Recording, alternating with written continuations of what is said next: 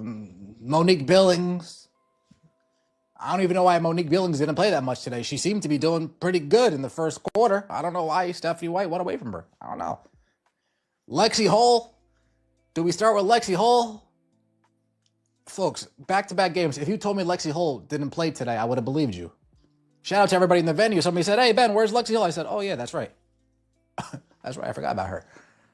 I mean, where do we start? Look at that frustration. That's not just disappointment from another loss. That's a fan who watched his team shoot 62% from the field in the first half and still only lead by 3 points. Think about that for a second. 62% shooting. That's elite offense. That's the kind of efficiency that should produce blowouts. And yet the Indiana Fever were clinging to a 3-point lead at halftime. This was supposed to be a celebration. May 15, 2025. Caitlin Clark's signature shoe debut. The moment Nike and the Fever had been building toward all season. Instead, it turned into another embarrassing loss to the Atlanta Dream.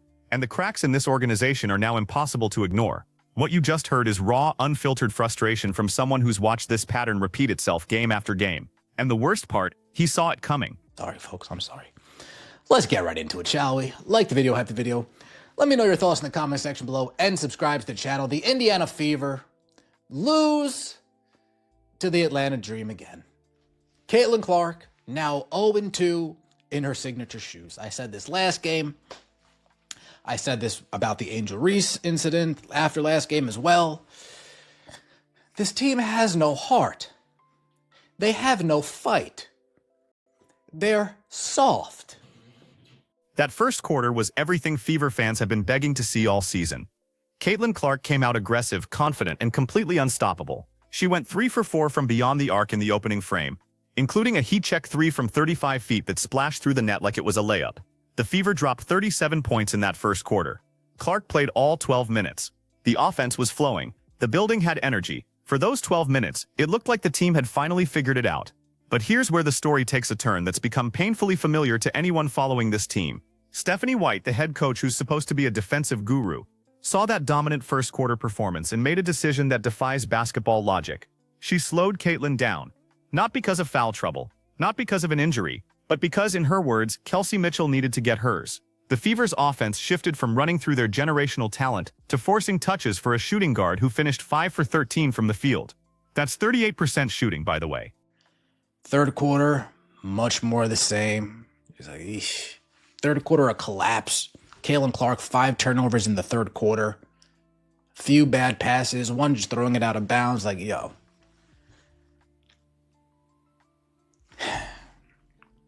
The Atlanta Dream just dominated us today. I mean, outside of that first quarter, it was domination. Folks, we were up 3 going into the half. Listen to how bad this team is. The numbers tell a story that should make everyone in the Fever front office uncomfortable. First quarter, 37 points. Second quarter, 22 points. Third quarter, 15 points. That's a 22-point drop from the first to the third quarter. The Atlanta Dream outscored Indiana by 13 in the third quarter alone, then added another 7-point margin in the fourth. This wasn't a close game that slipped away. This was a systematic collapse. And the culprits? Turnovers and offensive rebounds. Indiana coughed the ball up 19 times compared to Atlanta's 8. That's an 11-turnover differential. On the glass, the Dream grabbed 12 offensive rebounds to the Fever's 4. 12-4. Those are the kinds of numbers that get coaches fired in professional basketball. Those are effort stats, hustle stats. The kind of statistics that reveal whether a team actually wants to win or if they're just going through the motions. Caitlin Clark had 7 of those 19 turnovers. Aaliyah Boston had 4. Nalissa Smith added 3 more. But here's the context that matters. 5 of Clark's 7 turnovers came in that disastrous third quarter. 5 turnovers in one quarter, including at least 2 passes that sailed over Kelsey Mitchell's head, and one where she just threw the ball out of bounds. That's not normal for her. That's what happens when a player sits for extended stretches, loses her rhythm, comes back cold, and is expected to immediately carry an offense that's already collapsing. At halftime. Look at that first quarter. 37 in the first, 22 in the second, 15 in the third. Got outscored by 13 points in the third quarter, outscored by 7 points in the fourth quarter. I mean, look at this. Our team had 4 offensive rebounds. The Dream had 12. Our team had 4 offensive rebounds. The Dream had 12. Our team had 19 turnovers. The Dream had 8. That's your ball game right there. Turnovers and offensive rebounds, and that's your ball game right there. Let's talk about what happened after that first quarter, because this is where Stephanie White's coaching decisions become indefensible. Clark started the second quarter on the bench. That's normal rotation stuff. But then there was a challenge that took 5 actual minutes of real time, plus a commercial break. When they came back from commercial, Clark was still sitting, still waiting. Her rhythm completely disrupted. The player who just scored 11 points in the first quarter on scorching hot shooting was cooling off on the bench while the lead evaporated. This is the same coach who talks about defense being her specialty. The defensive guru who has this team allowing opponents to stay within 3 points despite Indiana shooting 62% from the field. Think about how bad your defense has to be for that to happen. The Dream weren't shooting lights out. They weren't hitting contested threes. They were just getting easy buckets, crashing the offensive glass, and taking advantage of a Fever team that quit defending in the third quarter. Monique Billings played 13 minutes.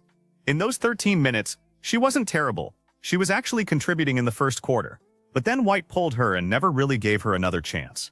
Meanwhile, Lexi Hull played 15 minutes and registered 0 points, 0 rebounds, 0 steals, and 0 blocks. 15 minutes of absolutely nothing. Multiple people in the arena were asking where Lexi Hull was because she was so invisible that fans forgot she was even playing. That's not a player problem. That's a rotation problem. That's a coaching problem. 26 points, 11 for 18, 3 for 7 from 3. She started out the first quarter 3 for 4. Finishes 3 for 7. Because she probably sat for like 7 actual minutes going into the second quarter. Then there was a huge challenge that took like 5 actual minutes plus a commercial break. Come back from the commercial break, she's still sitting on the bench. 7 turnovers, a couple of them were just bad passes over Kelsey Mitchell's head. Sophie Cunningham, 13 points. Raven Johnson, 9 points. Here's what makes this loss particularly damaging. This was Caitlin Clark's signature shoe debut. Nike had been promoting this moment for weeks. The shoes were everywhere on social media.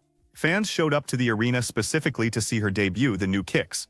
This was supposed to be a statement game, a moment where the franchise's cornerstone player puts on a show in her first signature shoe and creates a memory that gets replayed in highlight packages for years. Instead, she's now 0-2 in her signature shoes, thanks to a coach who decided that feeding Kelsey Mitchell was more important than winning the game. Clark finished with 26 points on 11 for 18 shooting. She was still 3 for 7 from 3 despite cooling off significantly after that blazing first quarter.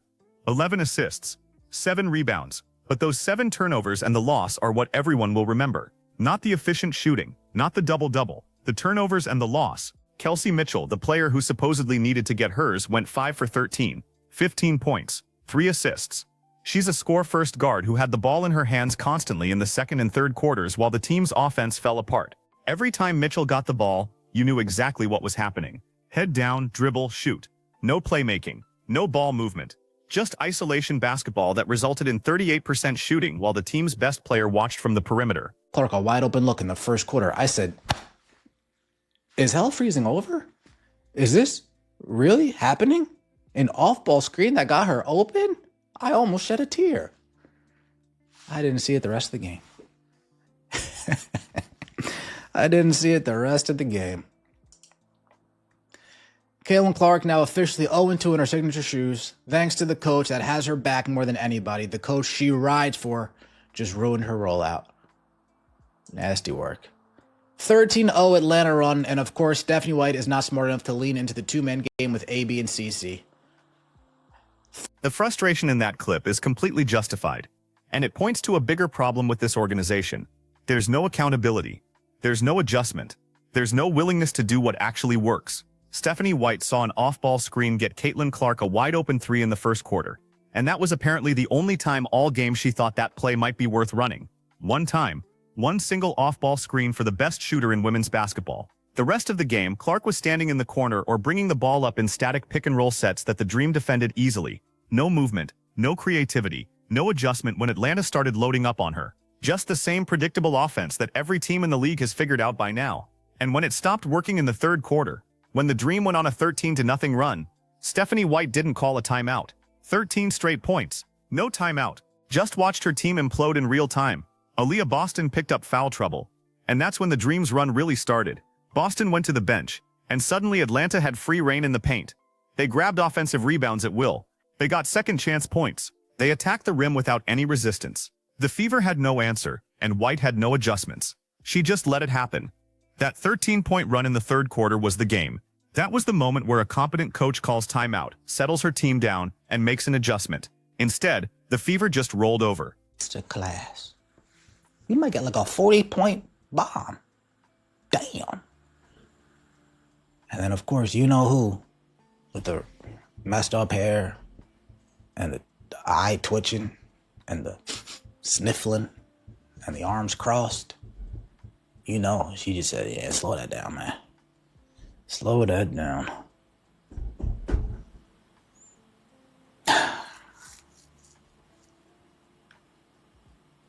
This is where the organizational dysfunction becomes impossible to ignore. If Monique Billings can't play more than 13 minutes, then trade her. Get something for her. Bring in a player who fits what you're trying to do. But this middle ground where she plays just enough to stay warm but not enough to make an impact, that's not a strategy. That's indecision. That's a front office and coaching staff that doesn't know what they want to be. Same thing with Lexi Hall. If she's going to give you zero production in 15 minutes, then start Sophie Cunningham. Cunningham came off the bench and gave you 13 points. She was one of the few players who actually showed up ready to compete. But she's coming off the bench while Hull starts and contributes nothing. Make it make sense. And if the argument is that Hull is a better defender, well, the team just gave up enough points to lose while shooting 62% from the field, so clearly the defense isn't working anyway. The Fever have Justine Picat, sitting on the bench. They have roster flexibility. They have options. But Stephanie White keeps running out the same lineups, the same rotations, the same offense, and expecting different results. That's the definition of insanity. This team has no identity. They don't know if they're trying to maximize Caitlin Clark or keep Kelsey Mitchell happy. They don't know if they're rebuilding or competing. They don't know if they want to play fast or slow. They're just existing, losing games, and wasting a generational talent's prime years. Trade her. Or just fucking trade her already. If she's only going to play 13, 15 minutes, just fucking trade her then. Lexi Holt, just trade her too. Put Sophie Cunningham in the starting lineup. That comment section is going to be filled with Fever fans who are just as frustrated as the person in that clip. And they should be. This was a winnable game. This was a game where the Fever shot the ball exceptionally well in the first half and still couldn't build a lead because their defense is non-existent and their coach refuses to ride the hot hand. Caitlin Clark came out on fire, and instead of letting her cook, Stephanie White told her to slow down so Kelsey Mitchell could get touches. The shoe debut was supposed to be special. Nike invested millions into Caitlin Clark. They designed a signature shoe for a player who's only in her second WNBA season because they believe she's the face of the league. The marketing push was massive. The hype was real. And the Fever couldn't even win the game. They couldn't give their franchise player one signature moment to attach to this shoe launch. Instead, the narrative is going to be about the loss, the turnovers, and the coaching decisions that make no sense. Here's what makes this situation so maddening for Indiana Fever fans. This isn't about unrealistic expectations. This isn't about demanding perfection from a young team. This is about watching obvious problems repeat themselves, game after game, with zero adjustment from the coaching staff or front office. The pattern is clear. The issues are identifiable. The solutions exist. But nothing changes. Let's start with the defensive problems, because Stephanie White was hired specifically because of her defensive reputation. She's supposed to be a defensive-minded coach who can turn this team into a competent unit on that end of the floor. Instead, the Fever are allowing teams to stay competitive even when Indiana shoots 62% from the field. That's not bad luck. That's not a talent issue. That's a scheme issue. That's a coaching issue. The Dream didn't beat the Fever with some revolutionary offensive system. They beat them by crashing the offensive glass and taking care of the basketball. 12 offensive rebounds to 4, 8 turnovers to 19. Those are effort stats. Those are the kinds of numbers that reflect preparation, discipline, and desire. The Dream wanted it more. They played harder. They executed better. And they did it against a team that was supposed to be motivated for their star player's signature shoe debut. Think about what that says about the culture Stephanie White has built. Your franchise player is debuting her first signature shoe, something that happens maybe once in a career, and the team comes out flat after the first quarter. They stop competing in the third quarter. They allow a 13-0 run without their coach calling a timeout. That's not a team that's bought into their coach's system. That's not a team that's playing for each other. That's a team that's going through the motions, collecting paychecks, and waiting for the season to end. The offensive issues are just as frustrating. Caitlin Clark is one of the best shooters in basketball history. She can score from anywhere on the floor. She's elite in transition. She's deadly in pick and roll. She can shoot off the dribble, off the catch, off movement. She's a complete offensive weapon. And Stephanie White's solution is to have her stand in the corner while Kelsey Mitchell dribbles into contested mid-range jumpers. That first quarter showed what this offense can be when they actually let Clark operate. 3 for 4 from 3. 11 points. The defense had no answer for her. She was pulling up from 35 feet and draining it. She was getting to the rim. She was finding open teammates. The offense was humming. And then White told her to slow down. Literally told her best player, who was on fire, to slow down so a less efficient player could get touches. The Kelsey Mitchell situation is becoming untenable. She's a talented scorer, nobody is denying that. But she's not the kind of player you build an offense around when you have Caitlin Clark on the roster. Mitchell is a complementary piece. She's the third option who can get buckets when the defense is focused elsewhere. But White keeps forcing the ball into her hands, keeps running sets for her, keeps prioritizing her touches over winning basketball. And the result is 5 for 13 shooting, 3 assists, and a loss. Here's the thing about professional basketball. You can't make everyone happy. You can't keep everyone's stats inflated. You have to make hard decisions about who gets the ball and when. And if you're the Indiana Fever, that decision should be obvious. Give the ball to Caitlin Clark. Let her create. Let her shoot. Let her make plays. Build the entire offense around maximizing her talents. If that means Kelsey Mitchell's scoring average drops, so be it. Winning matters more than individual stats. But that's not what's happening. White is trying to balance egos instead of trying to win games. She's worried about keeping Mitchell happy instead of putting her team in the best position to succeed. And the result is predictable. The offense stagnates in the second and third quarters. The lead evaporates. The other team goes on runs. And the Fever lose another winnable game. The roster construction issues are just as problematic. Monique Billings played 13 minutes and wasn't terrible. She was actually contributing on the glass in the first quarter, but then she barely played the rest of the game. If she's not part of the rotation, trade her. Get a pick. Get a player who fits better. Get something. But this limbo where she plays just enough to stay on the roster but not enough to make an impact is helping nobody. Not her. Not the team. Not the development of younger players who could use those minutes. Lexi Hull is the perfect example of a player who's in the rotation because of reputation rather than production. 15 minutes, 0 points, 0 rebounds, 0 steals, 0 blocks. She was completely invisible. Fans in the arena were literally asking where she was, because they forgot she was playing. And yet she's starting. She's getting minutes. She's taking opportunities away from players who might actually contribute. Sophie Cunningham came off the bench and gave the Fever 13 points. She was engaged. She was competing. She was making shots. But she's not starting because, why exactly? What is Lexi Hull doing that Cunningham can't do better? The defensive argument doesn't hold water when the team is giving up enough points to lose despite shooting 62% from the field. If Hull is such a great defender, why is the defense so bad? The front office has options. Justine Picat is sitting on the bench. They could call her up. They could give her minutes. They could see what they have in a young player who might bring energy and effort. But instead, they're running out the same rotations, getting the